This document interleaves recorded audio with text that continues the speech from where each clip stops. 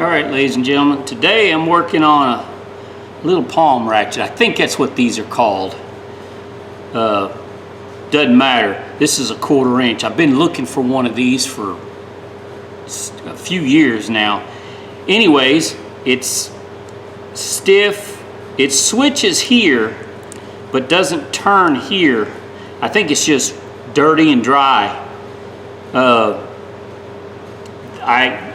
These things are so useful. I know some of you guys, I don't care if it's made in China or Taiwan or wherever, there's not a lot of torque on these. If you ever put a lot of repetitive equipment together, like barbecue grills or air handlers, you're taking, now when I say air handlers, the air conditionings I'm dealing with are, one of them could be 53 foot long, 10 foot wide, and has, I don't know, 30 panels on it, and every panel on it's either 5/16 or 1/4 inch. And somebody's gonna say you need a drill. No, you don't need a drill, because you idiots out there that use drills strip the holes out, and then I gotta go back and fix it because you idiots strip the holes out and the panels don't stay on. Anyways, that's a gripe I got. But if you do it right, yeah, somebody's gonna say, well, you got torque on a drill. Yeah, you got torque on a drill. You got people that come out and service your equipment, don't care about that. Anyways, getting back to this thing, this is awesome find right here. And I bought this, I'm not sure where. If I remember right, I'm thinking to myself, I only had like 50 cents in this thing. And I think I may have got this either flea market in the city or down there at Canton, Texas. Doesn't matter. I want this thing cleaned up and usable. This will go in my personal box at work. Boy, this booger's tight. There we go.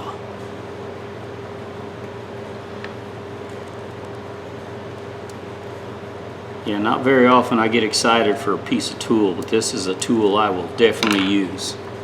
I have a 3/8, but the 1/4 inch is just more usable. Make sure there's not a ball bearing that shoots out at me.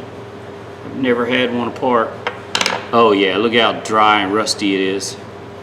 Now, if I push this down, before I do that, let me get my WD-40.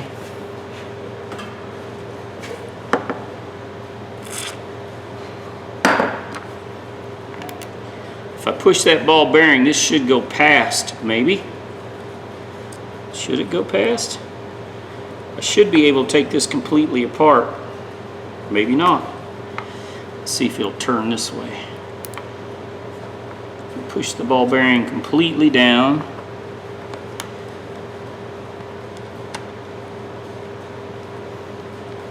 Turn past. Come on. Maybe pull up. Ah.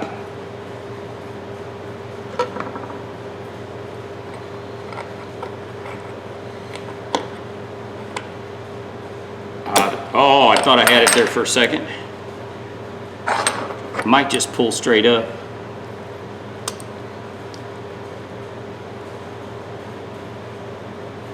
Yep.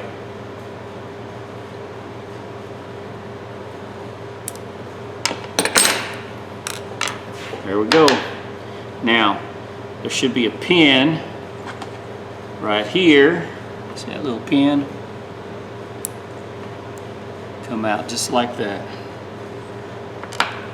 There we go. Awesome. I like it. Get this WD. I guess I should just go ahead and wash this off. Well, let's see how this pin and spring looks.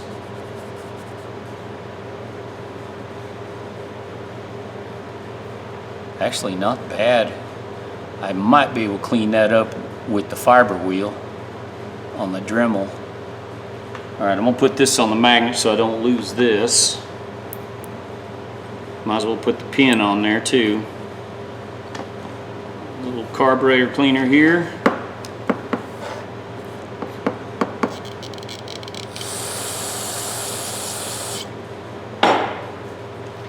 Day off today and I'm still working. I had to do a couple jobs today, so I'm kind of running late on making a video. Rain's killing me. We've had so much rain. 2.5 inches of rain in the last few days. Oh yeah, this thing's just, somebody didn't know they had a good tool. Most people wouldn't use this anyways because it's not quick enough. You know, you can use a drill or an impact battery powered. The problem is if you use them, most people don't set the torque properly and they strip the holes out. And that's the problem I have. All right, what I'm gonna do, detent's loose, that's good. I'm gonna use this little fiber wheel. I love these wheels, these are awesome.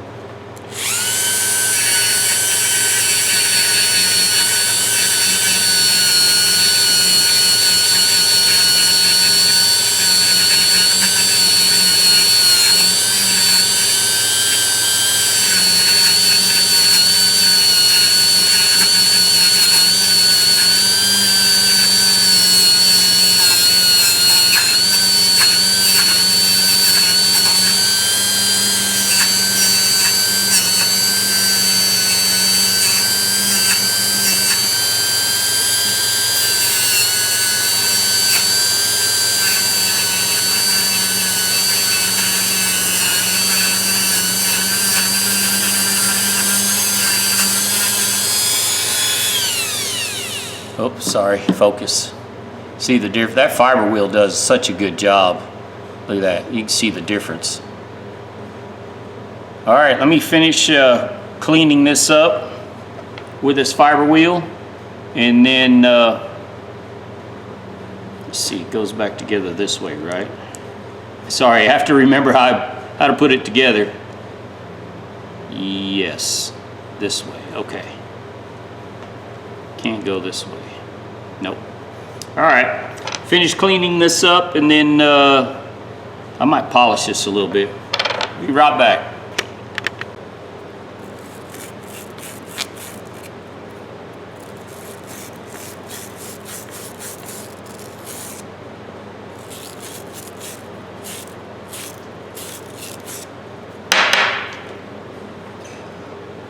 Looks pretty good. I had this kind of shiny, but the dirt back down in it from my fingers. This cleaned up really nice, looked good, and all the pieces, the teeth are in excellent shape. Yeah, those are in great shape, and in there's in good shape. So this thing wasn't used much. So I'm gonna go to polishing wheel and try to throw a little polish on this, see if I make it look any better. And that's all I'm gonna do. This, I think, was blackened.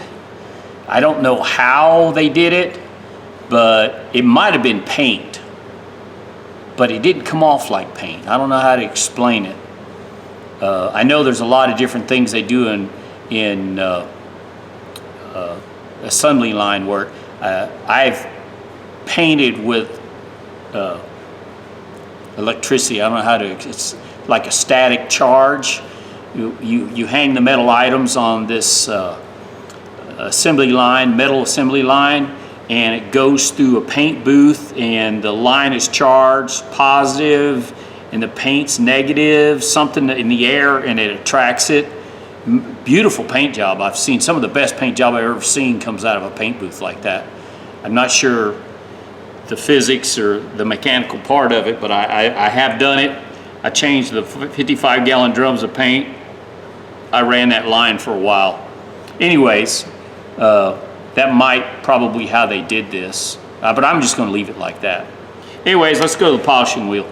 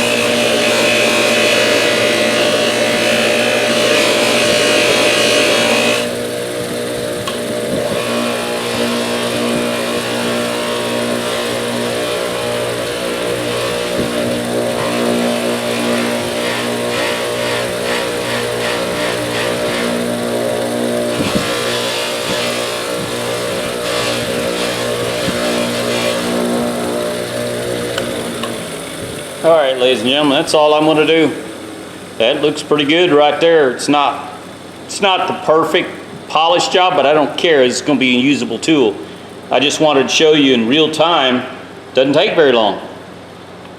All right, I'm going to clean this off with a little carburetor cleaner. The polishing compound leaves a little residue, and also my dirty fingerprints on the outside knurling. I want to clean all that off. Not much.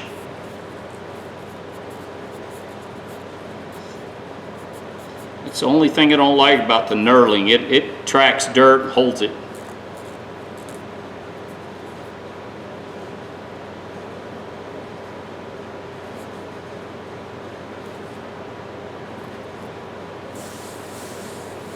All right. Now, let me get some more grease. All right, I hope I didn't get too close. It's hard to tell. I'm filming by myself, so you guys, there's other YouTubers out there, they have someone help film them. I'm not that lucky. I don't make any, well, I do make a little money off advertising, so, whoops. But it's hard to film by yourself. Okay. I cleaned the spring and the pin here. That's the spring and the pin, and that goes inside that hole right there. And I wanted to say, this was actually pretty easy. Normally, you push the pin, you push that pin and spring down, you turn it past and you pull it out. But this one, I was able to push that pin and spring and pull it straight up. I pushed it down past and it pulled out. So that was a good thing. Now, I use mobile grease. It's all I ever use. Mobile, it's what I use at work.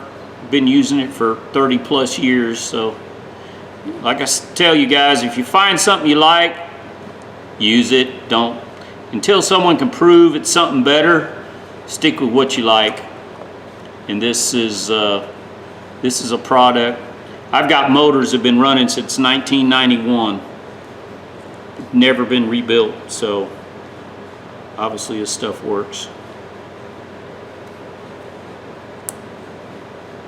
When I say motors, they're pump motors. They circulate chill water through an 8-inch line through 3 stories.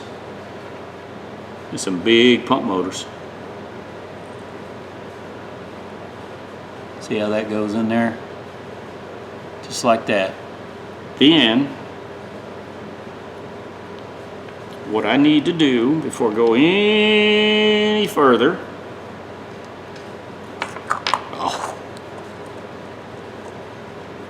sometimes I put these together and I have to take them apart because I forget how I took them apart. It's just one of those things. Okay. The paw, the teeth face out. Let's see, I'll show you. See? Okay. This pin floats right there. Come on. Got to center it, get it in there.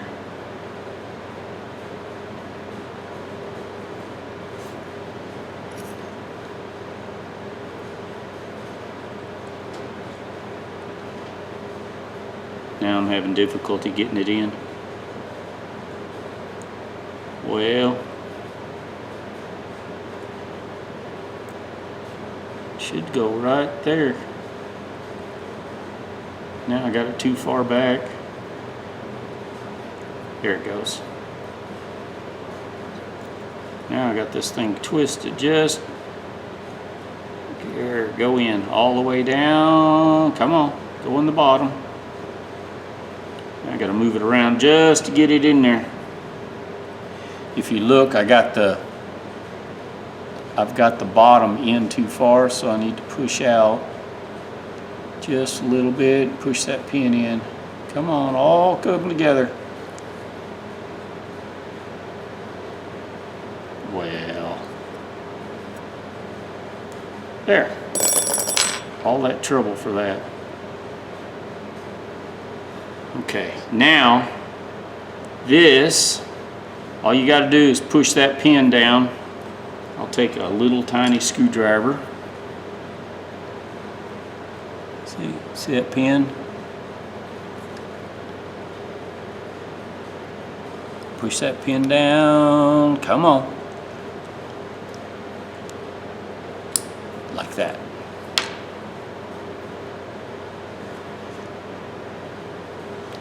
Switches left, right, left, right. Now I'm gonna have this thing all greasy again. I have to clean it off. So I'm just gonna grease where that E-clip or spring clip or ring clip, whatever the thing's called, I don't care. I'm not greasing this thing real heavy. Some guys will tell you to pack it full of grease, which that's all fine and good. I don't like the grease oozing out. You gotta remember, ratchets and things like this, it's not 3,400 RPM. You know, you're twisting it, 1-2 revolutions a minute. So it's not like it's gonna build up a lot of friction heat. And you can use oil. If you guys want to use motor oil, use oil. If you're comfortable using oil, use it. I know some of the old ratchets had an oil port and they wanted you to use oil. Personally, I like this grease. Now, when you put this back together, just slightly push down. There. Now, I can put this little spring clip on.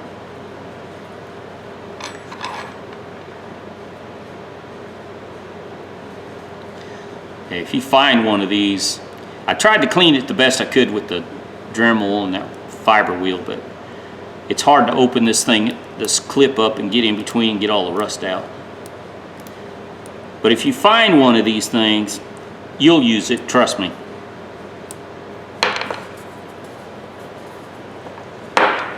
Clean all the excess grease off.